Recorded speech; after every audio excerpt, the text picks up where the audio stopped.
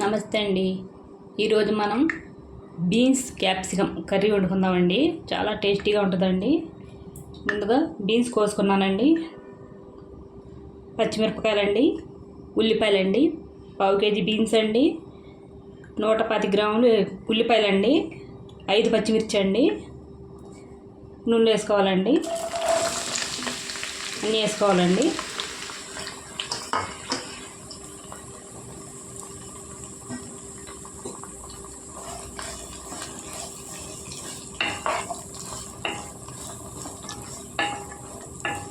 ఉల్లిపాయలు బీన్స్ ఒకసారి వేసుకుంటే బాగా ఉల్లిపాయలు బీన్స్ ఒకేసారి మగ్గుతాయండి.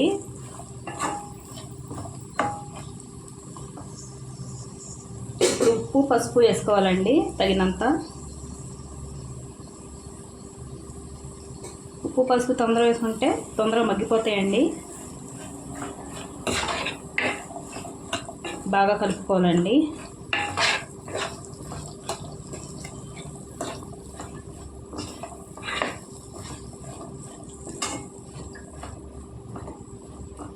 మూత పెట్టి మగ్గించుకుందామండి. చూడండి, మధ్యలో కలుపుకుంటే అలా వేపుకోవాలండి మెత్తపడే వరకు. ఇంకొద్దిగా మెత్తపడాలండి. మెత్తపడిన తర్వాత చూద్దామండి.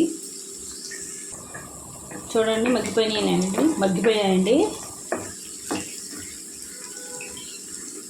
ఇప్పుడు క్యాప్సికమ్ అండి, 2 పెద్దవండి, చిన్న ముక్కలు కోసుకున్నానండి, వేసుకోవాలండి. క్యాప్సికమ్ ముందే వేస్తే తొందరగా మగ్గిపోతాయండి. దాని గురించి కొద్దిగా లేట్గా వేస్తాను. ముందు బీన్స్ మగ్గిన తర్వాత అప్పుడు క్యాప్సికమ్ వేసుకోవాలండి.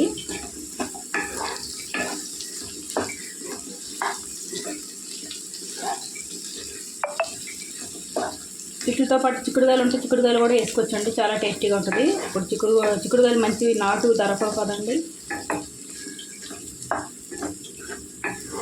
నాటు దొరికినప్పుడు వేసుకుంటే చాలా బాగుంటాయండి. కొద్దిగా మగ్గాలండి. చూడండి, కొద్దిగా మగ్గినాయండి క్యాప్సికమ్. ఇప్పుడు మసాలా వేసుకోవాలండి. మసాలా వేసినప్పుడు చాలా టేస్టీగా ఉంటుందండి. 1 చెంచా వేస్తున్నానండి నేను మసాలా. నేను పచ్చి మసాలా వాడతానండి, అదే వేసాను నేను. పచ్చి మసాలా టేస్టీగా ఉంటుందండి. ఈ గరం మసాలా వేయనండి నేను.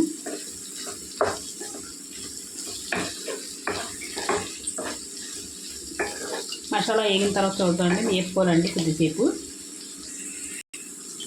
చూడండి, వేగిపోయిందండి మసాలా. ఇప్పుడు కారం వేసుకోవాలండి. 2 చెంచాల కారం అండి. నేను పచ్చిమిర్చి ఎక్కువ వేసానండి. కారం ఎక్కువ తింటే కారం ఎక్కువ వేసుకోవచ్చండి. ఇది నాన్ వెజ్ తిన్న వాళ్ళకి చాలా టేస్టీగా ఉంటుందండి కర్రీ. ఒకసారి ట్రై చేయండి. కారం వేగాలండి, పచ్చివాసన పోవాలి. చూడండి, కారం వేగిపోయిందండి. ఇప్పుడు నీళ్ళు వేసుకోవాలండి. గ్లాస్ వేస్తున్నానండి. బీన్స్ ఉంది కదండి, ఉడకాలండి. ఉడికితేనే బాగుంటుంది.